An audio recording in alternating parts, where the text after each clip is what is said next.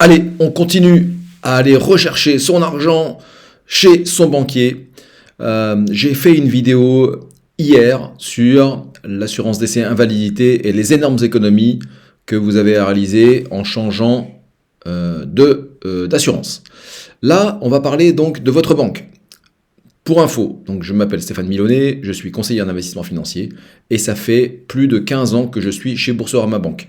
Là, on est sur le site de Moneyvox. C'est un site que j'adore. Vous y trouverez d'ailleurs, je mettrai le lien en description. Vous y trouverez plein d'infos, je vous conseille de vous abonner. Et donc, Moneyvox nous réalise un petit article comparateur sur les banques les moins chères sur le marché donc, des banques. Et première place, et ça fait longtemps que ça dure, eh bien on a Boursorama Banque. Boursorama Banque, ça fait plus de 15 ans que j'y suis. Et effectivement, donc, au départ, j'y étais allé un peu pour économiser sur les frais. Hein, donc comme d'habitude, on va chasser les frais dans tous les secteurs et on garde l'argent, on garde son argent, l'argent de son travail, l'argent de son épargne pour soi, au lieu de le redistribuer aux banquiers ou à tous les acteurs intermédiaires. Là, le point important, c'est que non seulement vous allez réaliser des économies sur les frais, mais on pourrait penser que comme c'est moins cher, c'est beaucoup moins bien au niveau qualité. Eh bien, figurez-vous que c'est exactement le contraire, parce que vous allez bien sûr pouvoir tout faire depuis votre ordinateur, depuis votre espace personnel, depuis même votre application, depuis votre téléphone. Il y a l'application Boursorama avec laquelle vous pouvez tout faire. Ce qui est remarquable, c'est que vous pouvez donc avoir la carte bleue gratuite. Bien sûr, ça fait là, quand j'entends parfois des personnes de mon entourage ou des clients qui font encore des virements payants, mais ça me rend fou. Ça fait plus de 10 ans que je ne paye plus aucun virement. Tous les virements sont gratuits et immédiats sur Boursorama Banque. Hein, donc, je vous propose de dérouler très vite ensemble le palmarès. Donc, premier Boursorama Banque. Fortunéo n'a pas aimé, hein, parce que quand j'ai vu la page d'accueil de Moneyvox, putain, je me suis dit, c'est quoi ce papier peint Fortunéo? Bon, bah bref, donc ils essayent de tout faire pour repasser devant. Je les ai testés, Fortunéo, pour être franc avec vous, il y a 6-7 ans, et je suis retourné chez Boursorama Banque. Donc voilà, c'est un avis personnel, ce n'est que mon expérience. Je pense que voilà, d'autres personnes ont trouvé tout ce qu'elles recherchaient chez Fortunéo. Moi, donc je préfère Boursorama. Boursorama Banque, si vous ne le savez pas, c'est la Société Générale, hein, donc, parce que toutes les monnaies, toutes les banques en ligne appartiennent à des grands groupes. Là, vous avez donc effectivement en cas de parrainage, et je vous mettrai un lien de parrainage dans la description, vous avez un cadeau de 130 € à l'ouverture, et ça va vous coûter la modique somme de 2,78 € par an en frais. 2,78 € par an en frais.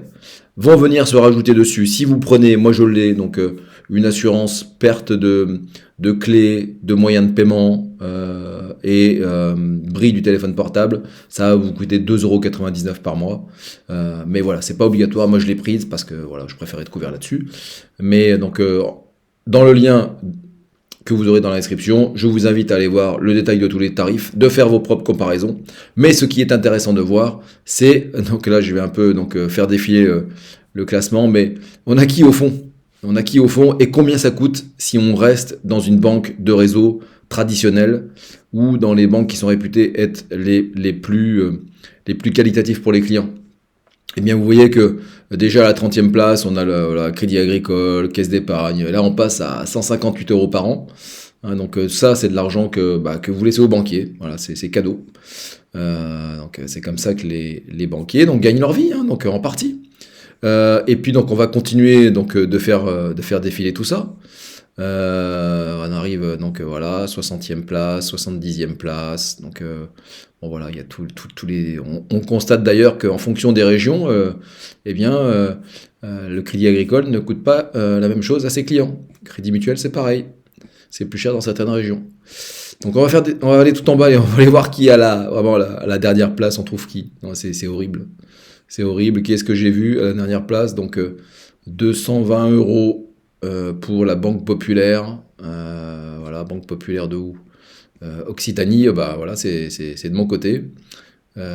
Et je crois qu'il y a pire. J'ai vu pire en bas là. Donc j'invite à aller voir. J'ai vu Dupuis de Verceval, etc. Près de 300 euros. Près de 300 euros, je suis désolé pour... j'espère que je ne vais pas vous rendre malade. 300 euros pour le coût annuel juste d'avoir un compte courant avec une carte, quoi. Donc arrêtez ça tout de suite. 2,78 € chez Boursorama ou plus de 220 € à la Banque Populaire Occitanie. Donc le choix est vite fait. Faites-vous votre avis vous-même. Moi, je ne peux que vous apporter mon expérience. Plus de 15 ans d'expérience chez Boursorama. Aucune déception. Et donc, pour être très clair avec vous, là où ça peut poser problème, c'est si vous manipulez beaucoup de chèques. Si par exemple vous êtes commerçant et que vous encaissez des chèques à longueur de temps, vous allez être obligé d'envoyer les chèques par la poste, puisqu'il n'y a pas d'agence Boursorama. Donc ça, c'est un inconvénient majeur. Et si vous manipulez aussi beaucoup de cash, si vous manipulez du cash et que vous voulez le déposer en agence, eh bien là, vous n'en avez pas la possibilité. Mais comme c'est pas du tout mon cas, ni les chèques, ni le cash, eh bien, donc, comme aujourd'hui la majorité des Français, le chèque va bientôt disparaître et le cash, il y en a encore, mais de plus en plus, vous le savez, on paye avec nos cartes, nos téléphones, etc. Donc, si c'est cette utilisation-là que vous avez, sans les chèques et sans le cash, vous avez vraiment tout intérêt à faire les migrations vers une banque en ligne. Autre inconvénient auquel je pense, eh bien, ça va concerner les prêts immobiliers. Les prêts immobiliers, donc moi j'en ai fait plus d'une dizaine dans ma carrière d'investisseur. Il est clair que c'est pas chez Boursorama, sauf pour le premier achat. Si vous êtes par exemple primo-investisseur ou primo-accédant, vous allez avoir des conditions qui sont super chez Boursorama, tout comme vous aurez aussi des conditions qui sont super sur les prêts conso que je déconseille, sauf pour acheter des actifs, par exemple des SCPI. Mais sinon, donc, si vous êtes multi-investisseur ou pour votre second investissement immobilier, le troisième et pour la suite, si vous voulez donc acheter de l'immobilier avec le levier du prêt, ça va plus être la bonne banque. Donc là, il faudra aller chercher chez un courtier eh bien les prêts, et c'est possible, tout à fait possible de le faire. On n'est pas bloqué, sauf que c'est pas Boursorama qui vous le fera. Voilà. Je crois que j'ai fait le tour.